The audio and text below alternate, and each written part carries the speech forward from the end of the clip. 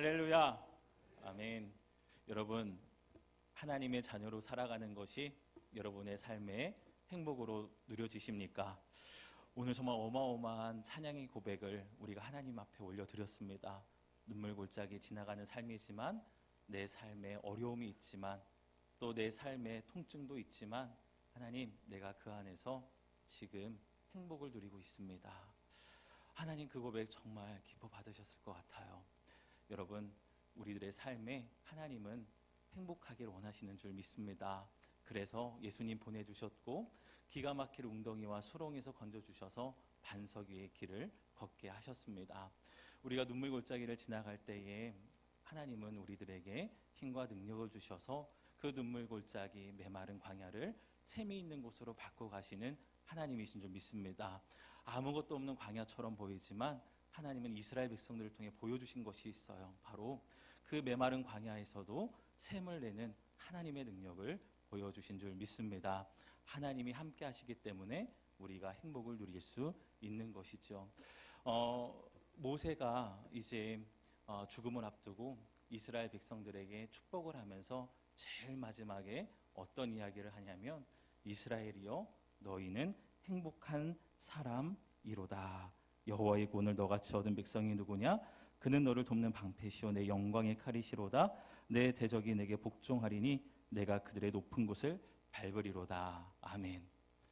행복할 것 없어 보이는 이스라엘 백성들이었거든요. 리더를 잃는 그 순간에 있었고, 또 이제 가나안 땅을 앞두고 있었기 때문에 이들의 마음속에는 두려움이 가득했었습니다. 그러나 모세는 선포합니다. 너희는 행복한 사람이다. 구원을 이같이 너희처럼 받은 백성이 어디 있느냐? 너희를 구원하신 하나님께서 저 가나안 땅에서도 함께 하시고, 또 언약을 성취해 가실 하나님께서 너희와 영원토록 함께 하실 것이기 때문에 너희는 행복한 사람이다 라고 이야기를 합니다. 저와 여러분은 행복한 사람인 줄 믿습니다. 그 행복함을 누리게 하신 하나님의 은혜를 기억하며 감사로 나아가는 우리 모두가 되길 주님의 이름으로 축원을 드립니다. 여러분, 하루를 맞이할 때 어떤 마음으로 하루를 시작하시나요? 그리고 여러분의 펼쳐질 그 오늘 하루의 삶이 어떻게 다가오시나요? 제가 사진을 하나 준비했는데요. 먼저 이렇게 사방으로 막혀진 그 벽 앞에서 하루를 시작하는 듯한 그런 일상을 또 마주하는 우리 성도님들도 있을 겁니다. 자, 그 다음 사진 볼게요. 또 어떤 분들은 이렇게 초원이 문 밖에 펼쳐지는 것을 바라보며 이제 기대와 소망 가운데 이 길을 걸어가고자 하루의 삶을 시작하시는 분들도 있을 거예요. 자, 그 다음 사진을 보여드릴게요. 어떤 분들은 이제 막 걸어가야 되는데 좁고 협착한 길이 보이고, 오른쪽에는 낭떠러지고 저 높은 산이 내 인생 앞에 서 있는 듯한 하루를 시작하는 우리 성도님들도 있으실 겁니다. 여러분의 하루의 일상이 1번일 때가 많으세요? 2번일 때가 많으세요? 3번일 때가 많으세요? 어떠세요? 거의 대부분 3번일 때가 많다고 말씀하실 겁니다. 그런데 어떤 분들은 1번과 같이 사방이 막혀있는 듯한 그 상황 가운데서 답답한 하루를 시작하시는 분들도 있으셔요. 자, 그러면 1번과 3번에 있는 사람이 걱정과 근심과 염려가 정말 많을 것 같습니다. 자, 그렇다면 2번에 서 있는 사람은 걱정이 없을까요? 아니면 걱정이 있을까요? 다들 있다고 말씀하시네요. 1번과 3번에 경험이 없는 사람은요, 2번의 상황이 온다 할지라도 걱정됩니다. 왜냐하면 저 멀리 넘어서야 될 작은 산들이 보이기 때문에 그렇습니다. 높은 산만 어려울 것 같은데, 이 높은 산과 막혀있는 그 벽에 대한 경험이 없는 사람은 저 멀리 보이는 작은 산들도 걱정되고, 저 길을 어떻게 가야 되나 라고 하는 그 걱정이 앞선다라고 하는 것이죠. 어떻게 보면 우리들의 삶은요, 걱정과 이 염려라고 하는 부분들을 뗄래야 뗄 수 없는 그런 삶을 살아가는 것 같습니다. 그래서 이런 말씀을 하실 때도 있을 것 같아요. 우리들의 인생은 걱정하는 것이 당연하고 염려하는 것이 당연하다. 그런데 여러분, 오늘 주님은요, 그렇게 염려와 걱정을 하며 주님을 따르는 제자들에게 퀘스천 마크를 찍어주시는 거예요. 정말 염려를 달고 사는 삶이 맞을까? 정말 걱정을 당연하게 걱정을 하는 것이 당연하다고 생각하며 사는 것이 정말 하나님이 기뻐하시는 삶일까? 라고 하는 그 질문을 오늘 말씀을 통해 우리들에게 던지고 있으십니다. 여러분, 우리 주님이 여러분에게 찾아가셔서 걱정하는 것은 당연한 것이 정말 맞는 거니? 라고 물으실 때에 여러분은 뭐라고 대답하시겠습니까? 네, 주님, 맞아요. 걱정하는 거 당연하죠. 제 삶을 보세요. 막혀 있잖아요. 저 높은 산을 가야 되잖아요. 협착한 길을 가야 되잖아요. 하나님, 어떻게 내가 걱정하지 않을 수 있어요? 그런데 그때 주님은 말씀하시는 거예요. 염려하지 말라. 오늘 말씀을 보면은 이 염려라고 하는 단어가 6번 반복되고요. 염려하지 말라라고 하는 그 명령이 5번이나 반복됩니다. 염려하지 말라, 염려하지 말라, 염려하지 말라, 염려하지 말라, 염려하지 말라. 얼마나 염려와 걱정과 근심을 갖고 살아가는 삶이면 우리 주님이 염려하지 말라는 말을 이토록 반복하시는 것일까요? 제가 오늘 말씀의 제목을 염려와의 싸움이라고 말씀드렸습니다. 우리에게도 시작된 이 거룩의 여정을 걸어가게 될 때에 이 염려와의 그 싸움이 항상 모든 인생의 길목마다 우리를 이제 마주하고 우리를 맞이하고 있다라고 하는 거예요. 여러분, 이 염려라고 하는 단어, 이 걱정이라고 하는 단어를 영어 성경에서 보니까 worry라는 단어를 썼더라고요. 그런데 이 worry라고 하는 단어의 어원의 뜻을 살펴보니까 물어 뜯다라는 의미가 있습니다. 저는 굉장히 놀랐어요. 이 걱정은요, 이 염려는요, 누구를 물어 뜯는 거예요? 결국에는 나를 물어 뜯는 그런 행위라고 하는 거예요. 그렇다고 한다면 걱정하는 것이 당연합니까? 아니면 걱정과 염려를 싸워 이겨야 됩니까? 싸워 이겨야 되는 거예요, 여러분. 걱정하는 것이, 근심하는 것이 나에게 당연하다라고 생각하는 그 순간 우리는 그 걱정과 염려거리에 나를 뜯어 먹으세요라고 하는 것과 똑같다라고 하는 거죠. 저는 이 월의에 담겨진 이 어원의 이 의미를 이제 보고 나서 정신이 바짝 들었습니다. 그래, 근심하지 말아야지, 염려하지 말아야지, 걱정하지 말아야지. 이 걱정과 염려는 결국 나의 영혼을 갉아먹고 내 영혼을 물어뜯는 악한 영들의 역사였구나 라고 하는 것을 깨달으니까 이거는 싸워야 될 문제구나. 거룩하게 빚어져가는 그 여정 가운데서 이 걱정과 근심으로부터 자유로우려면 이것과 치열하게 분투해야 된다라고 하는 것들을 마음속으로 다시금 정리하게 되었습니다. 자, 그렇다면 오늘 주님은 이 거룩한 여정을 걸어가는 우리들에게, 주님을 따르는 주님의 제자들에게 이 염려와 어떻게 싸우라고 말씀을 하실까요?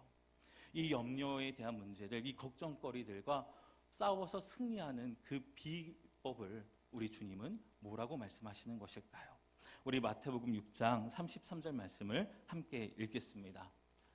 마태복음 6장 33절입니다. 시작. 그런즉 너희는 먼저 그의 나라와 그의 의를 구하라. 그리하면 이 모든 것을 너희에게 더하시리라. 아멘. 너희는 먼저 하나님의 나라와 하나님의 의를 구하라.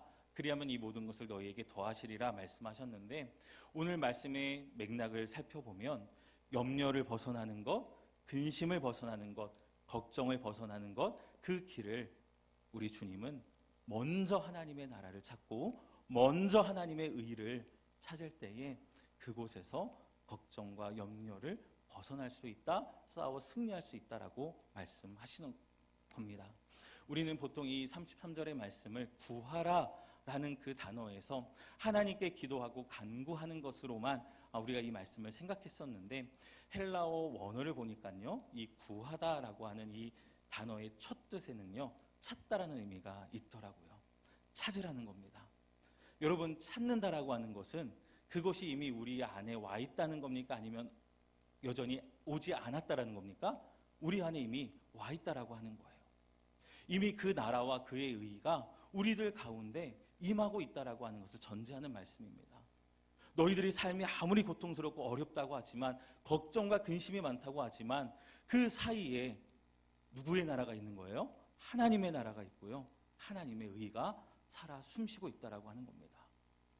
지난주에 우리가 함께 말씀을 나눴듯이 제자들이 그 빈들에서 아무것도 할 수 없음을 바라볼 때 주님이 옆에 계셨음에도 불구하고 그것을 바라보지 못하는 그 제자들의 시선을 우리가 지난주에 함께 말씀을 통해 나눴습니다.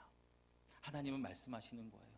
걱정과 근심이 찾아오거든 염려와 걱정거리를 먼저 찾지 말고 무엇을 먼저 찾으라고요? 하나님의 나라와 하나님의 의를 먼저 찾으라. 여기서부터 걱정과 염려와 싸워 승리하는 그 싸움이 시작된다라고 하는 거예요. 오늘 주님은 첫 번째로 목숨을 위하여 무엇을 먹을까, 무엇을 마실까 염려하지 말라라고 말씀을 하십니다. 여기서 목숨으로 번역된 헬라어는요, 영혼, 생명이라는 뜻을 갖고 있는데 오늘 본문의 맥락에서는 생명으로 이해하며 또 말씀을 이어가도록 하겠습니다. 주님은 먹고 마시는 것 자체를 부정하지 않으셨어요. 주님이 지적하시는 것은 무엇을 먹을까, 무엇을 마실까, 무엇이라는 단어에 무게중심을 두시면서 그 무엇이라고 하는 것에 천착하고 또한 그것의 모든 생명의 원천을 결부시키는 우리들의 삶의 태도를 지금 지적하고 있으십니다. 우리는 건강을 위해 좋은 음식을 찾아 먹죠. 건강식품도 챙기죠. 약도 먹습니다. 모두가 다 생명을 지키려는 노력입니다. 그런데 여러분, 그러는 사이에 우리의 마음에 싹 트는 마음이 있어요. 우리들의 생명은 무엇으로 살아간다? 내가 먹는 것으로 살아가고 내가 마시는 것으로 살아간다라고 하는 그 마음들이 싹트기 시작합니다. 여기서 한 단계 나가서 먹고 마시는 것에만 만족하는 것이 아니라 이제 무엇을 먹을까, 무엇을 마실까 그 종류에 대하여 이제 눈을 뜨고 찾아다니기 시작합니다. 온통 모든 삶의 그 중심이 먹고 마시는 것에만 집중되어 있는 삶을 주님은 경고하고 계시는 거예요. 무엇을 먹을까, 무엇을 마실까, 나의 생명을 유지하기 위해 그 안다라는 그 마음을 붙들고 그것에 천착하는 사람들에게 주님은 말씀하시는 겁니다. 그 먹을 것과 마실 것보다 생명이 더 중요하지 아니하냐 라고 말씀하시면서 그 먹을 것과 마실 것에 눈을 고정했던 그 사람들의 시선을 생명을 향해 시선을 돌리게 하십니다. 여러분, 생명은 누가 주신 겁니까? 하나님이 주신 거예요. 김치가 우리에게 생명을 주는 거 아닙니다. 약이 우리들에게 생명을 주는 거 아니에요. 아무리 좋은 약을 먹어도요, 아무리 좋은 음식을 먹어도요, 그 생명을 붙들고 계신 하나님께서 호흡을 걷어가시면 우리는 이 세상에서 시간이 끝나게 됩니다. 여러분, 우리가 시편의 말씀을 한번 읽어볼 텐데요. 시편 36편 9절 말씀을 우리 함께 읽겠습니다. 시작. 진실로 생명의 원천이 주께 있사오니 주의 빛 안에서 우리가 빛을 보리이다. 아멘. 생명의 원천이 누구에게 있다고요? 주께 있습니다. 생명의 원천이 먹을 무엇에 또 마실 무엇에 생명의 원천이 있는 것이 아니라 누구에게 있다고요? 주님께 있습니다. 이것이 바로 무엇을 먹고 마실까 걱정하며 살아가는 사람들에게 하나님, 우리 주님께서 찾게 하신 하나님 나라의 비밀이에요. 여러분, 하나님 나라는요, 생명의 원천이 주께 있음을 고백하며 살아가는 하나님의 사람들이 모인 곳이 바로 하나님의 나라인 줄 믿습니다. 나를 기동하며 존재하며 살게 하시는 그 모든 힘의 근원이 하나님께 있음을 고백하는 사람들이 모인 나라가 바로 하나님의 나라라고 하는 거예요. 주님은 우리들에게 가르쳐 주시는 겁니다. 이 세상의 물질적인 가치를 바라보며 그것에만 마음의 중심을 두고 살아간다고 한다면 너희들은 이미 온 하나님의 나라에 대하여 여전히 눈이 감겨 있는 상태다라고 주님은 말씀하시는 거예요. 그것에만 마음의 중심을 두면 걱정과 근심에서 벗어날 수 없다라고 하는 겁니다. 사랑하는 여러분, 생명의 원천이 우리 주님께 있음을, 예수님께 있음을 믿음으로 붙들며 나아가는 저와 여러분들이 되길 주님의 이름으로 축원을 드립니다. 우리 주님이 말씀하셨어요. 요한복음 6장 35절 말씀에서 이렇게 말씀합니다. 나는 생명의 떡이니 내게 오는 자는 결코 줄이지 아니할 터이요 나를 믿는 자는 영원히 목마르지 아니하리라. 아멘. 주님은 당신의 몸을 떼어 주셨습니다. 생명을 주신 거예요. 내가 떼어준 생명으로 너희는 살아가는 하나님의 자녀다 라고 하는 것을 우리들에게 은혜로 주셨다라고 하는 겁니다. 여러분, 너무 좋은 것 먹으려고 또 너무 좋은 것 마시려고 애쓰는 삶이 아니라 이미 우리들에게 주신 그 생명의 떡, 생명의 음료, 우리 주님 안에서 그 생명의 원천을 붙드는 저와 여러분들의 삶이 되길 주님의 이름으로 축원을 드립니다. 그리고 두 번째로 우리 주님은 몸을 위하여 무엇을 입을까 염려하지 말라라고 말씀을 하십니다. 인류 최초의 옷은 여러분 어떤 옷이었을까요? 무화과 나뭇잎으로 엮은 옷이었습니다. 그리고 이 옷은 사람이 만들었어요. 죄를 짓고 난 뒤에, 아담과 하와가 죄를 짓고 난 뒤에 눈이 뜨여지고 서로의 벗은 몸을 보자 부끄러움을 느껴 부랴부랴 지어 입은 옷이 바로 무화과 나뭇잎으로 엮은 옷이었습니다. 그들은 자신의 부끄러움을 가리기 위해서 아주 엉성한 옷을 만들었죠. 오늘날 이렇게 돌아다니면 공연음란죄로 아마 잡혀가게 될 것 같아요. 그럴 만큼 이들의 그런 대처는 굉장히 엉성하기 그지없었습니다. 이들은 죄를 지었고 하나님께 심판을 받아 에덴 동산에서 쫓겨나는 사람이었어요. 여러분이 만약에 하나님의 그 자리에서 아담과 하와를 에덴 동산에서 이제 보낸다고 한다면 여러분의 마음과 심정은 어떠실 것 같으세요? 저였으면 이렇게 말도 안 듣는 인간들 하면서 그냥 내어 쫓았을 것 같아요. 왜냐하면 너무나 마음에 큰 상처를 줬잖아요. 하나님의 말씀을 불순종했잖아요. 그런데 우리 하나님이 굉장히 놀라운 그리고 섬세한 손길로 이들의 삶을 붙드시는데요. 창세기 3장 21절 말씀 우리 함께 읽겠습니다. 창세기 3장 21절 말씀입니다. 여호와 하나님이 아담과 그의 아내를 위하여 가죽옷을 지어 입히시니라. 아멘. 가죽옷을 지어 어떻게 하셨다고요? 입히셨다라고 말씀하세요. 그냥 가죽옷을 지어서 너 이거 입고 나가 그게 아니라 그 가죽옷을 지어서 입혀 주셨다라고 하는 겁니다. 여러분, 이거 굉장히 놀라운 하나님의 은혜예요. 사랑입니다. 그 모든 것들을 덮어주고자 하시는 주님의 사랑의 증표였어요. 사람이 만든 옷은 스스로의 부끄러움을 가리려고 했지만 그것은 엉성하기 그지없었습니다. 그러나 주님이 지어주신 가죽옷은요, 그의 죄와 그의 실수와 허물을 덮어주시는 사랑의 증표였고, 에덴 동산 동편에서 살아가는 이 아담과 하와에게 내가 너와 함께 있다라고 하는 그 동행의 증표가 바로 이 가죽옷에 담긴 하나님의 마음이었습니다. 여러분, 우리는 여기서 두 가지를 보게 됩니다. 내가 지어 있는 옷, 그리고 누가 지어주신 옷이요? 하나님이 지어주신 옷. 여러분은 하나님이 지어주신 옷을 입고 살아가시는 분들입니까? 아니면 내가 산 옷, 내가 지은 옷을 입고 살아가시는 사람들입니까? 우리에게 익숙한 것은요, 내 몸을 가리는 옷은 내가 사는 거지. 내 옷은 내가 원해서 내가 아름답게 보이려고 사는 것이 바로 옷이고 우리가 입는 것입니다. 그런데 그 옷을 입기 위하여 무엇을 입을까 천착하는 이 세상 사람들을 향하여, 또 그리스도인들을 향하여, 제자들을 향하여 우리 주님은 말씀하시는 거예요. 의복보다 몸이 더 중하지 아니하냐라고 말씀하시면서 너희들의 몸을 덮어주신 하나님이 지어주신 옷을 기억하라, 주님은 일깨워 주시는 겁니다. 우리 마태복음 6장 30절 말씀을 보면 이런 말씀이 있어요. 오늘 있다가 내일 아궁이에 던져지는 들풀도 하나님이 이렇게 뭐하시거든? 입히시거든. 하물며 너일까 보냐? 믿음이 작은 자들아 말씀하십니다. 또 마태복음 6장 26절에서 공중의 새를 보라, 심지도 않고 거두지도 않고 창고에 모아들이지도 아니하되 너희 하늘 아버지께서 뭐하신다고요? 기르시나니 너희는 이것들보다 귀하지 아니하냐라고 말씀을 합니다. 우리들의 몸을 주님은 귀하게 여기신다라고 하는 거예요. 그래서 하나님이 귀하게 여기는 우리들의 몸, 어떻게 보면 우리는 우리들의 몸을 죄악으로 가득 찬 몸이라고 생각하지만 하나님은 아담과 하와를 통해서 보여주셨어요. 그 죄를 지은 몸이긴 하지만 그 동물의 생명을 취한 가죽옷을 입혀 주심으로 말미암아 그 모든 것들을 가려주시고 덮어주시고자 했던 분이 바로 하나님이셨어요. 그러면서 하나님은 우리들에게 말씀하시는 겁니다.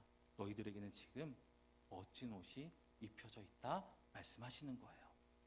세상에서 명품 옷을 입기 위해서 아등바등거리지 말라고 하는 겁니다. 저 높은 대제사장의 옷을 탐하지 말라는 거예요. 저 권력자들의 옷을 부러워하지 말라고 하는 겁니다.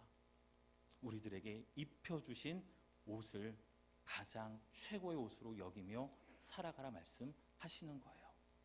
하나님은 아담과 하와에게 가죽옷을 지어 입혀주셨습니다. 우리가 지지난주에 스가랴의 환상을 통하여 하나님의 천사 앞에 선 여호수아 대제사장의 이야기를 나눴어요. 하나님은 더러운 옷을 입고 있던 이 여호수아 대제사장에게 그 옷을 벗기게 하시고 아름다운 옷을 입혀주시면서 이렇게 말씀하십니다. 너의 죄를 사하였다라고 말씀하세요. 우리 주님은요, 우리를 위하여 십자가에 달려 못 박혀 죽으셨습니다. 그래서 로마서 3장 14절 말씀을 보면 오직 주 예수 그리스도로 옷 입고 정욕을 위하여 육신의 일을 도모하지 말라라고 말씀하셨습니다. 무슨 말씀이에요? 우리는 하나님께서 지어주신 그리스도로 옷 입고 살아가는 하나님의 자녀들이다라고 말씀하시는 겁니다. 여러분, 우리가 천국에 갔을 때 하나님께서 우리들이 딱 서 있습니다. 그런데 하나님께서 딱 보시는 거예요. 내가 지어준 옷 어디다 두고 왔니? 여러분, 굉장히 두려운 말씀입니다. 우리는 세상의 명품을 걸치는 것이 나의 정체성이고 나를 드러내고 나의 삶의 전부라고 생각하는 사람들이 정말 많아요. 그런데 주님은 물어보시는 거예요. 내가 내 아들의 피가 묻은 옷을 입혀줬는데 너는 그 옷 어디다 두고 왔니? 여러분, 그리스도로 지어주신 그 옷을 귀하게 여기시고 그 옷을 입혀주신 그 하나님의 사랑을 기억하며 나아가는 저와 여러분들이 되길 주님의 이름으로 축원을 드립니다. 이 옷에 담긴 의미에는요, 바로 하나님의 의라고 하는 것이 담겨져 있어요. 하나님의 의를 찾으십시오. 하나님의 의는 무엇이냐? 하나님의 올바름, 하나님의 정의는 무엇이냐? 죄를 죄 있게 하고 또 죄 없는 것들에 대하여 주님께서 판단하시는 것이 물론 하나님의 정의죠. 그런데 여기에는 아주 놀라운 하나의 코드가 담겨져 있습니다. 바로 사랑입니다. 하나님은 아담과 하와를 징계하셨어요. 에덴의 동편에서 추방하셨습니다. 정말 어려운 삶을 하게 하신 거예요. 심판하셨습니다. 그러나 그 심판 가운데서도 놓치지 않으신 것이 있다면 바로 사랑이었어요. 우리는 생각합니다. 그렇게 죄 지은 사람이면 가죽옷이 뭐가 필요 있어? 당연히 마땅히 받아야 할 벌을 받아야지. 그런데 하나님의 정의와 바름은 그 죄와 그리고 그 악과 선을 나누는 그 사이에서도 심판당하는 그 영혼을 향하여 하나님의 사랑을 멈추지 않는 것이 바로 하나님의 바름이었고 하나님의 의였다라는 것을 우리가 기억할 필요가 있다라고 하는 거예요.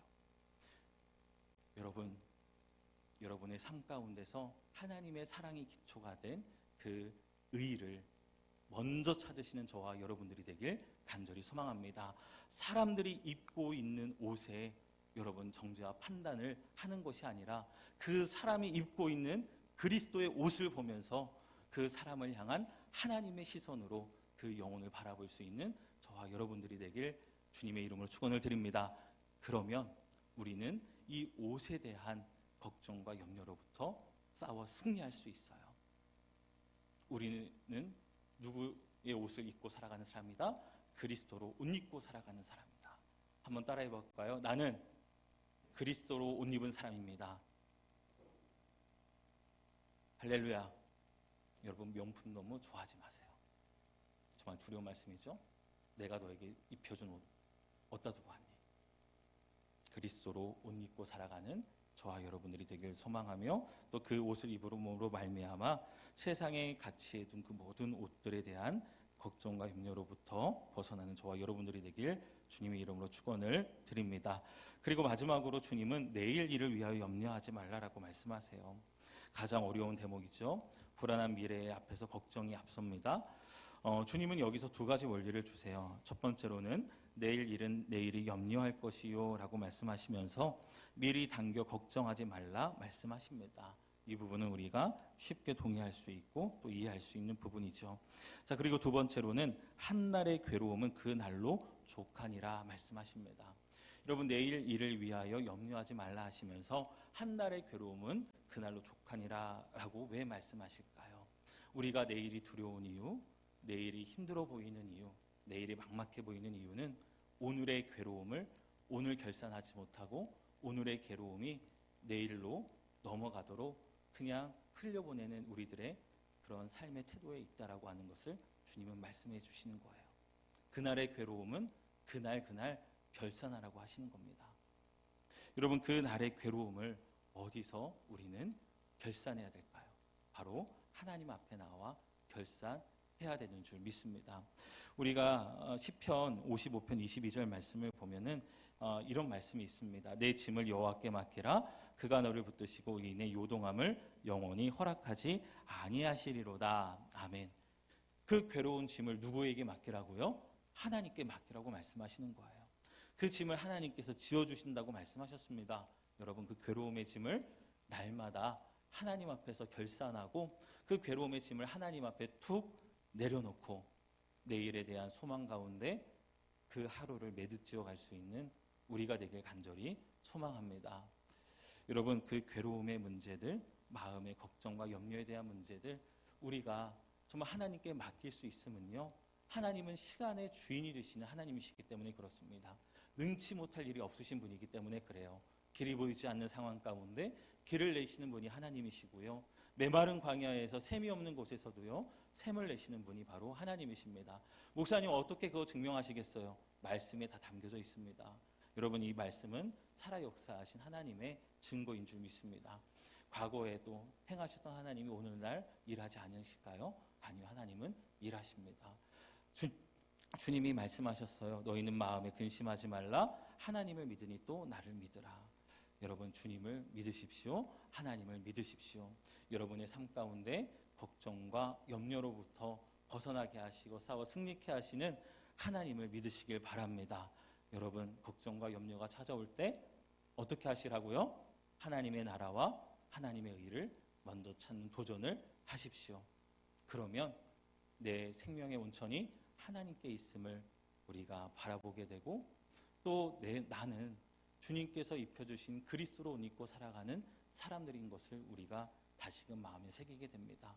한날의 괴로움이 가득 차거든 그 괴로움을 내일로 끌어안고 가지 마시고 하나님 앞에 나와 기도의 자리에서 그 모든 짐을 대신 맡아주신 하나님께 모두 다 내려놓을 수 있는, 그래서 우리들의 내일 일에 대한 염려가 아니라 내일 일에 대한 소망으로 하나님 앞에 나아가는 저와 여러분들의 삶이 되길 주님의 이름으로 축원을 드립니다.